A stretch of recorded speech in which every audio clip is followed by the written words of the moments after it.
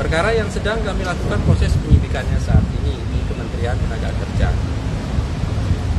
Kami sudah sampaikan kegiatan dari proses penyidikan ini beberapa waktu yang lalu di Agustus, di 18 Agustus, tim sudah melakukan proses penggeledahan. Artinya sudah ada proses penyidikan, gitu ya.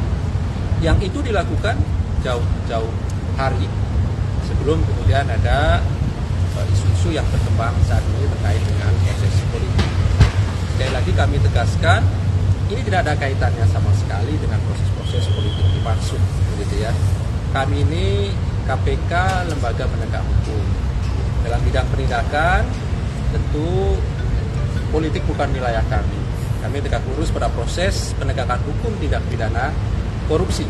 Jadi sama sekali tidak ada kaitannya proses-proses politik yang sedang berlangsung. Oleh karena itu kami berharap semua pihak untuk menahan diri.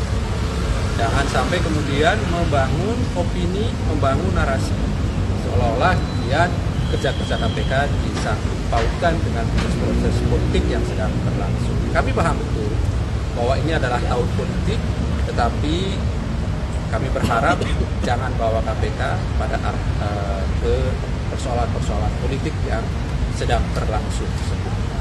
Tentu ketika naik proses penyidikan, pasti diawali kegiatan yang kita sebut dengan penyelidikan. Penyelidikan itu tidak sehari dua hari, gitu ya. Itu proses panjang. Dari mulai analisis, pengumpulan alat bukti, kemudian pengumpulan data dan informasi itu butuh waktu panjang.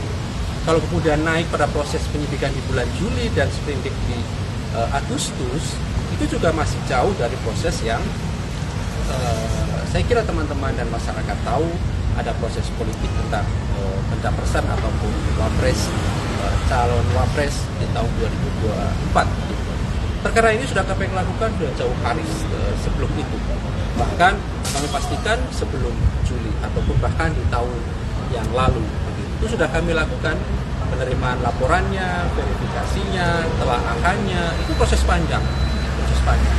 Terlebih kemudian pasal-pasal yang kami gunakan adalah pasal 2, pasal 3. Tentu ada unsur-unsur di sana yang bisa dibuktikan, melawan hukumnya, memperkaya diri sendiri, orang lain, atau kemudian menimbulkan kerugian keuangan negara. Itu tentu sudah melewati waktu-waktu yang panjang.